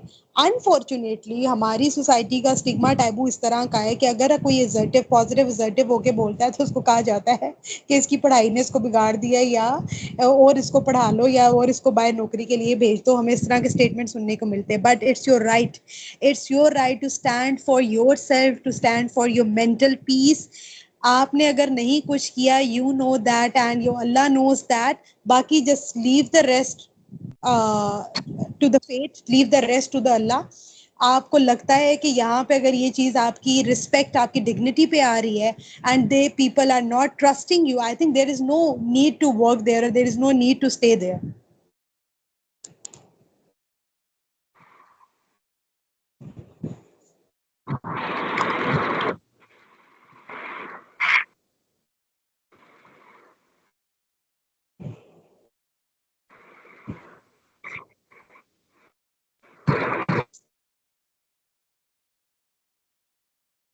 Okay. any other questions? And let me clear everyone one thing, that अगर मैं कोई भी मुझे questions पूछ रहा है, and if you are sharing कि आपको work places पे किस तरह से problem face करने पड़ते हैं, and I am saying कि if it's about your mental health, if it's about your dignity, your respect and all that, और अगर मैं कह रही हूँ just leave the place, that doesn't mean कि मैं आप सबको बेरोजगार करना चाह रही हूँ. Just focus on the positive thing कि मैं ये कह रही हूँ कि yourself, your mental health, your respect, your dignity is very important, right? आप ये देखें कि आपके अगर घर में अगर कोई बंदा आपको डिसरिस्पेक्ट करता है, आपको किसी भी किस्म का कोई इल्ज़ाम लगाता है, क्या हम लोग उसको स्टैंड कर पाते हैं? क्या हम लोग उसको बेयर कर पाते हैं? नो, हम नहीं कर पाते, क्योंकि वो हमारे अपने हैं, हम फिर उनको नहीं बर्दाश्त कर पाते. हाउ इज दिस पॉसिबल कि आप एक जगह पे सर्व भी कर रहे हो, आप एक जगह पे अपनी एनर्जी, अपना टाइम, अपना आप वहाँ पे सर्व कर रहे हो, बट इन रिटर्न आपको अप्रिसिएशन नहीं मिल रही, इंकरेजमेंट नहीं मिल रही, मोटिवेट नहीं किया जा रहा, आपकी ग्रोथ को रोका जा रहा है, आपको सिर्फ और सिर्फ बर्डनाइज किया जा रहा है, एंड आपकी मेहनत के मुताबिक आपको वेजेस भी नहीं दिए जा रहे. सो आप पॉजिटिव असर्टिवनेस के थ्रू अपने पॉइंट ऑफ व्यू को किसी के सामने रख सकते हैं. So that's my point, to speak up for yourself. ये खामोश हो जाना, ना बोलना इस डर से कि नौकरी ना चली जाए, कि फलां बंदा क्या कहेगा, क्या सोचेगा. People are the way they are, we can't change them, right? तो हर कोई अपने पर्सपेक्टिव के अकॉर्डिंग चीजों को देखता है, but you have to focus on yourself. जी अस्सलाम वालेकुम. वालेकुम अस्सलाम. अस्सलाम वालेकुम. जी वालेकुम अस्सलाम. मैम नवीद बोल रहा हूँ साहिवाल से. तो अच्छा जी. इस तरह है कि आदमी जो है वो कोपिंग या मैनेज तो कर लेता है स्ट्रेस को, क्योंकि वो फिर देखा जाता है स्ट्रेसर्स को, ठीक है ना. तो यानी स्ट्रेस कहाँ से आ रहा है. तो जहाँ तक हम हमारे कंट्रोल में जो चीज़ें होती हैं वो तो हम कर सकते हैं, उसका तरीका भी है, सारा टेक्निक्स हैं, यू नो बेटर. लेकिन होता है इस तरह है कि जैसे मैं स्कूल एजुकेशन डिपार्टमेंट या हायर एजुकेशन कमीशन की बात करूं, तो इस तरह है कि जो गवर्नमेंट सेक्टर है, पब्लिक सेक्टर के जो स्कूल्स हैं, उनमें मैं एक मिसाल देता हूं कि क्लास साइज जो है इतना लार्ज होता है कि 180 90 इवन 120-125 तक भी इस तरह ना क्लास साइज चला जाता है. तो लेकिन वो डिपार्टमेंट जो है ना वो कहता है कि नहीं, अच्छा रिजल्ट देना है, क्वालिटी एजुकेशन होनी चाहिए और रिजल्ट भी 100% आना है. और वो जो टीचर है उसकी सर्विस सपोज वो 20 साल कर चुका है, 15 साल, और वो उम्र के इस हिस्से में है कि वो अब वो जॉब छोड़ भी नहीं सकता. और ज़ाहिर है फिर सूरत हाल में के पास कोई ऐसी कोपिंग स्ट्रेटजीज नहीं होंगी, तो वो तो फिर बर्दाश्त ही करेगा. तो प्लीज़ इस सिचुएशन में भी तो कुछ आपकी तरफ से मैं चाहूँगा कि हमारी रहनुमाई करें. मैं टोटली एग्री बहुत सारे करती तरफ हूँ. एक या सिर्फ 300% आपकी बात है कि पब्लिक सेक्टर की इंस्टीट्यूट्स में तो क्लासेस का हाल है, 100 से ऊपर 150 तक का बच्चा दिया हुआ है उन्होंने, पंखे वहाँ पे चल नहीं रहे, ठंडा पानी वहाँ पर है नहीं है. टीचर वो whatever they are going through, whatever they are from, वहाँ के जो हेड हैं वो इतने हार्ड. तो ये मैं इसलिए रिलेट कर पा रही हूँ क्योंकि भाभी जो है वो गवर्नमेंट टीचर हैं, और जब वो घर आती हैं वो इतनी बर्न आउट होती है, वो इतनी burn out, I can relate. लेकिन जो हेड रखे जा रहे हैं वहाँ पर, जिन्होंने आगे हायर उसको बताना है कि स्कूल में ये प्रॉब्लम चल रहा है, हमारे स्कूल में फैसिलिटीज नहीं है, क्लासों की स्ट्रेंथ इतनी ज़्यादा है, पंखे नहीं चल रहे, पानी अवेलेबल नहीं है, वो हेड्स को उनको कौन क्वेश्चन करे. आप अकेले तो कुछ नहीं कर सकते. आप अकेले कह सकते हैं, आप खड़े होंगे अकेले, खड़ा होता हूँ यहाँ पे, हम यहाँ पे जी बात करते हैं जाके हायर अथॉरिटी से कि जी हमारे क्लासों में या तो पंखे लगा दें या स्ट्रेंथ डिवाइड कर दें. आपको लगता है कि आपके अकेले खड़े होने से कोई आपका साथ देगा, क्योंकि बाकी सब वही वाली बात है, सबने कहना हम क्यों अपनी नौकरी उसमें डालें, रिस्क में डालें।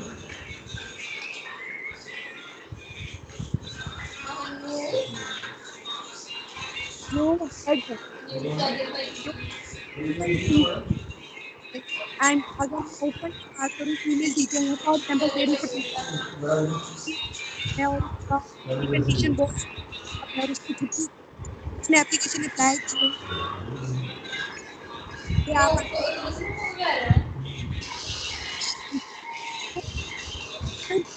आपका साथ देंगे। अस्सलाम ओके, वालेकुम। वालेकुम अस्सलाम। अच्छा मैडम, अगेन के इस तरह के कोई ऐसी ऑर्गेनाइजेशन या इस तरह की कोई है नहीं कि मतलब ये जो ऑर्गेनाइजेशंस के जो हेड्स हैं तो उनकी इस तरह की ट्रेनिंग्स करवाई जाएं कि किस तरह आप, यानी स्ट्रेस मैनेजमेंट, तो मैं टीचर ट्रेनर भी हूं, तो हम स्ट्रेस मैनेजमेंट जो है वो टॉपिक तो पढ़ाते हैं, तो लेकिन ये है कि स्ट्रेस जो क्रिएट करते हैं, जो स्ट्रेसर होते हैं, उनसे जो है ना हमें to get rid of the, तो वो इस तरह नहीं होता कि जैसे मैं एजुकेशन डिपार्टमेंट की बात कर रहा हूँ, इस तरह हेल्थ डिपार्टमेंट है, इस तरह तो आप लोग इस तरह कोई रोल नहीं प्ले कर सकते कि उन लोगों को की इस तरह कोई कोचिंग काउंसलिंग करें कि वो इस तरह के अनरियलिस्टिक टारगेट्स, या जैसे टीचर्स की मैं बात कर रहा हूँ, उनको फैक्ट्स बताने होते हैं। ये देखा ना, जैसे आपके एथिक्स हैं, हमारे भी एथिक्स हैं, हमने जी जी बच्चों को फैक्ट्स बताने हैं।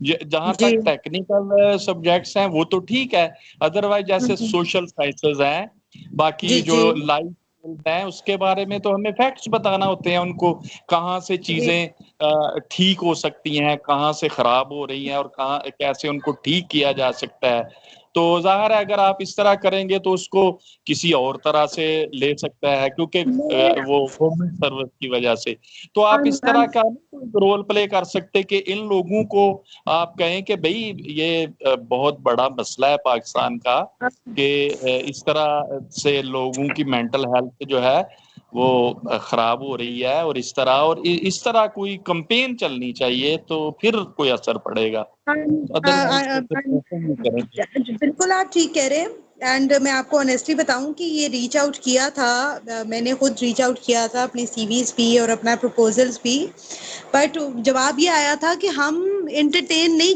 करते ऐसी चीजें।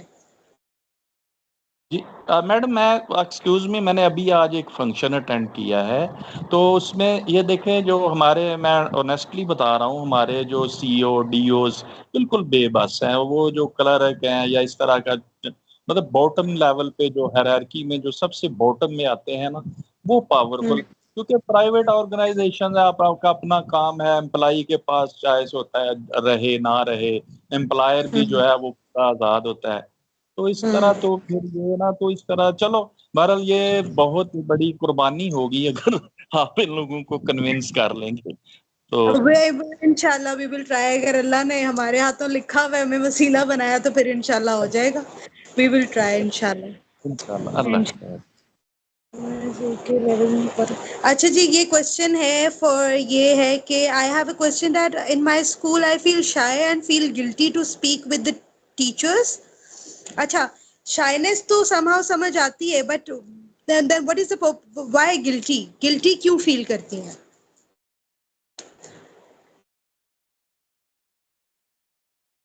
Miss Tahira Imran.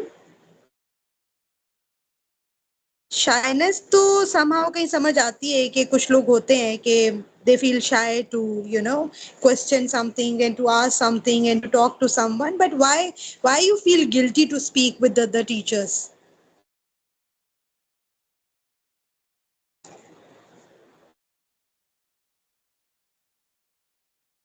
Ayan Ahmed, Ayan Ahmed, you are from 8th class and this question is from you, that you feel shy and you feel guilty. Okay Ayan, why you feel guilty while speaking to others, while speaking to teachers?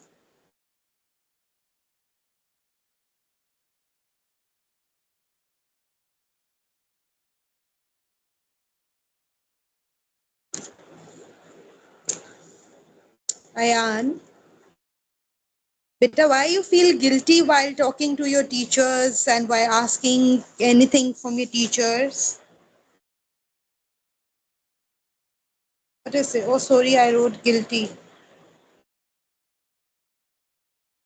Okay, by mistake. Okay, then only you feel shy. You only feel shy while talking to teachers?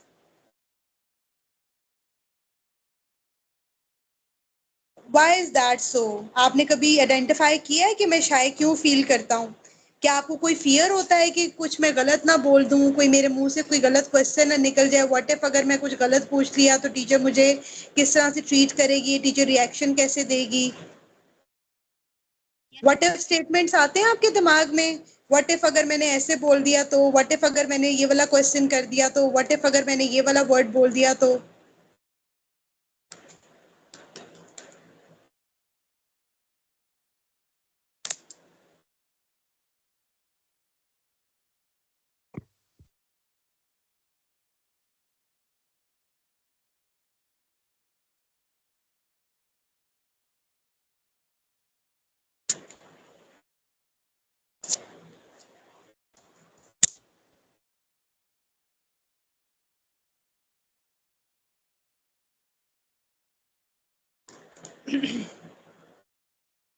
So you have these question in your mind, you know, what if statements जो होते हैं ना, इसको हम कहते हैं cognitive distortions कहते हैं, cognitive errors कहते हैं, सोच की खराबी कहते हैं। कि आप इस fear में हर वक्त रहते हो कि अगर ऐसा हो गया तो, अगर मैंने ऐसा बोल दिया तो, अगर मैंने ये कह दिया तो, अगर ऐसा कर दिया तो फिर आप ऐसे ही fear में रहोगे तो आपको क्या लगता है आप सीखोगे कैसे, आप grow कैसे करोगे?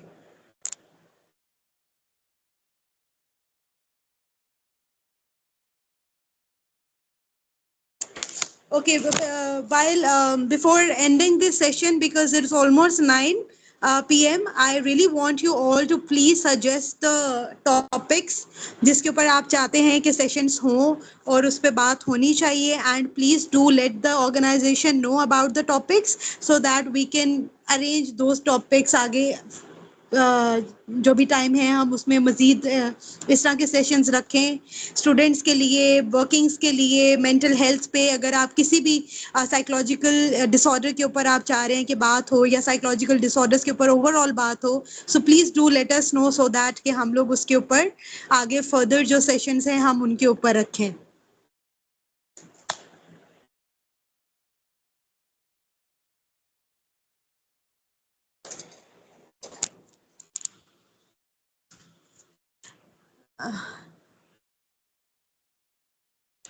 And Ayan, beta, it's for you. So take a notebook and a pencil and write down your fears on it.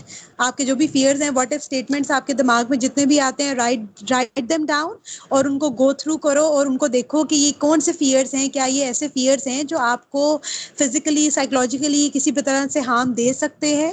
And then think about the worst case scenario. What if अगर आप ये word बोल देते हो, teacher से कोई सवाल कर देते हो तो ज़्यादा से ज़्यादा टीचर आपको क्या कह लेंगी, right? So this is the task for you for the time. So I think we should end it up the session.